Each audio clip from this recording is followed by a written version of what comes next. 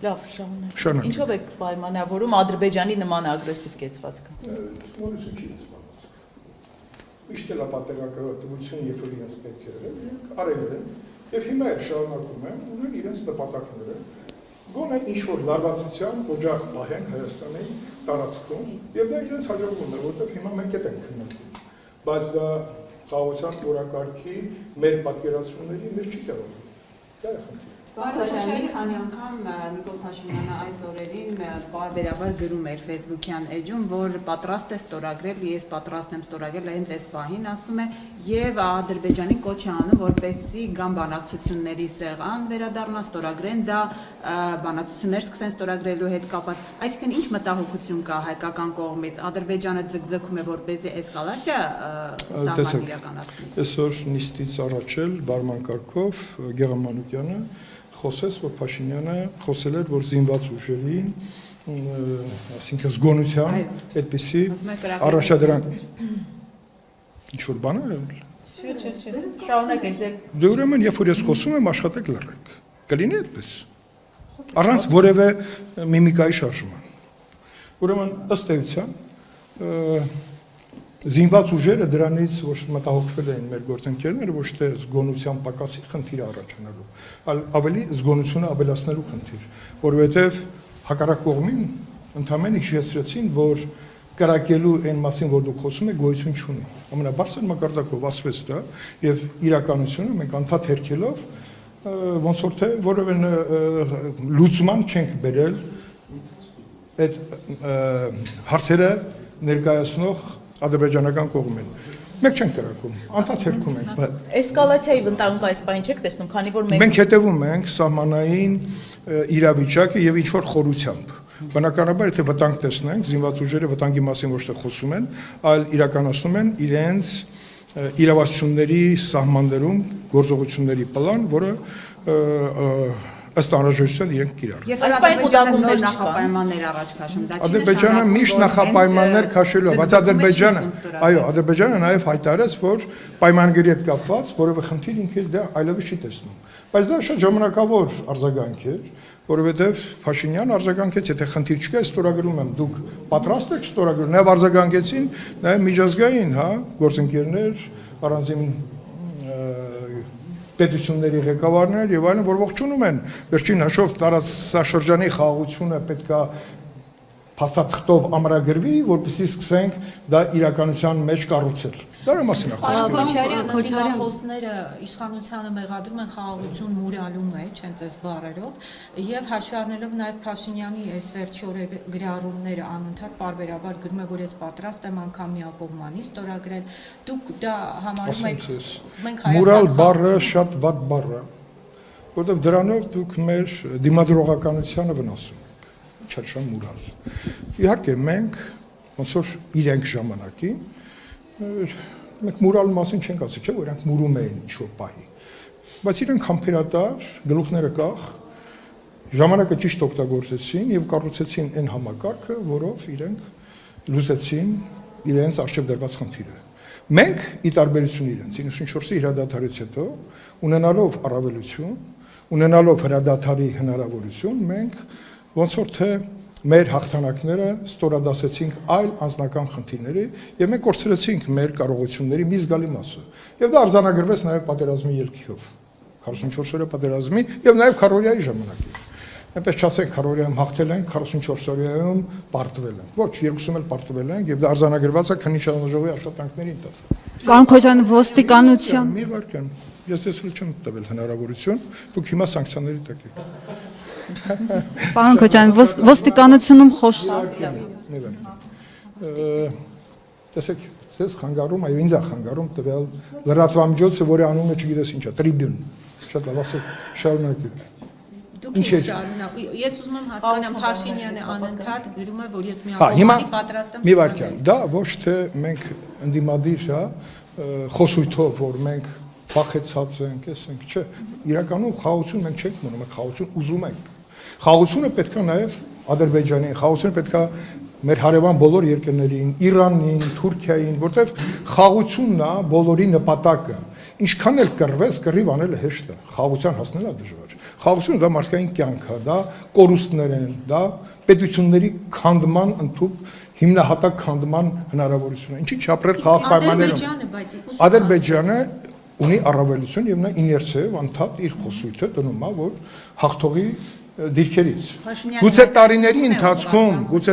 ընթացքում Ադրբեջանի ներկայիս ղեկավարը ինքը այնքան է մեջը կուտակել, որ հիմա այս հաղթանակից կարող է ինքը ուզում է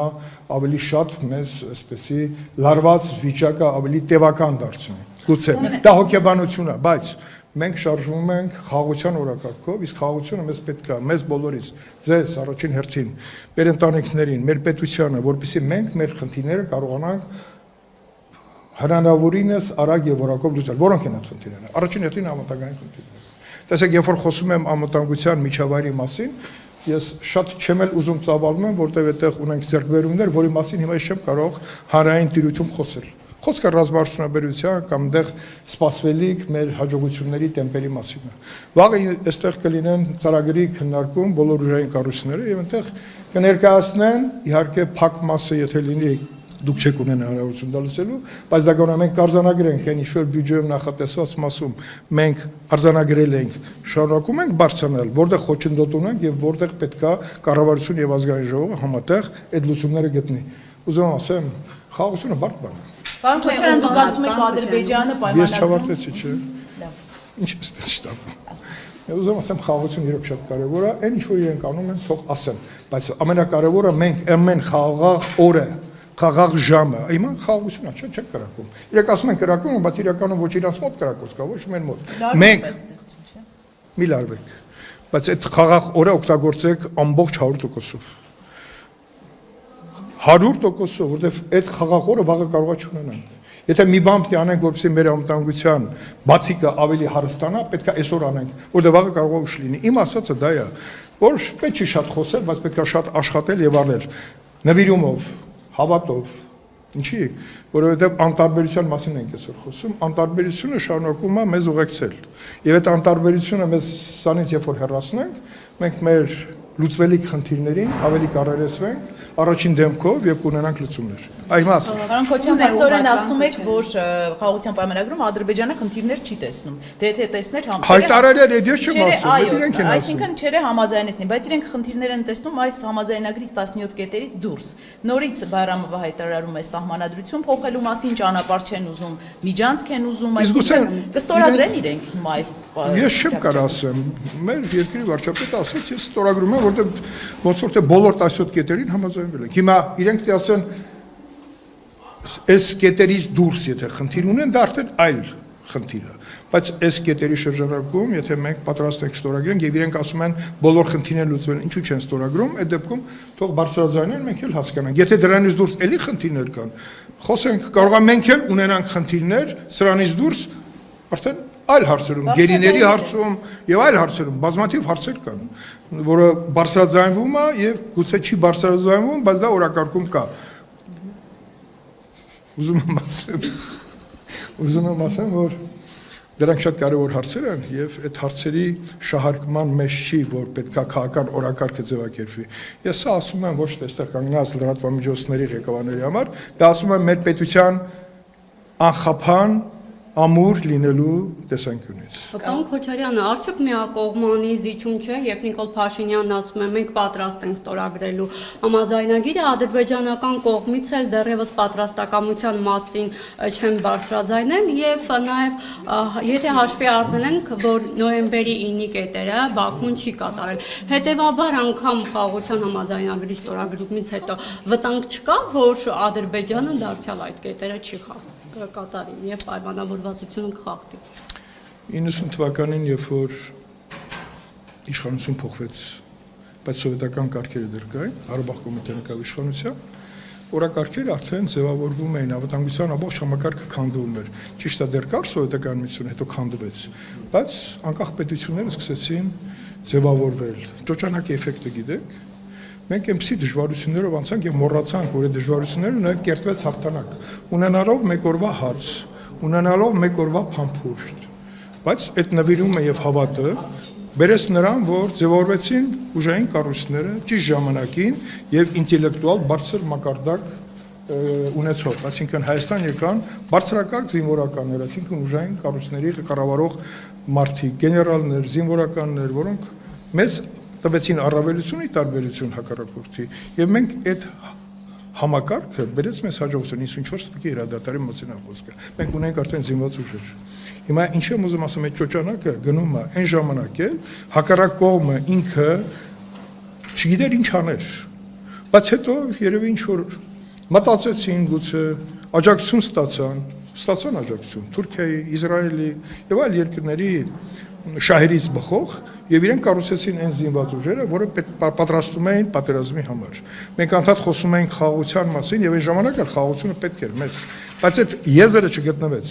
Խաղաղության հետ կապված բանակցային ամբողջ գործընթացը ոնց որ թե չէր տանում վերջնական լուծումը, որտեղ փոխզիջումը ոչ մեկը չէր հասկանում այդ փոխզիջման մեջ ինչ կար դրված,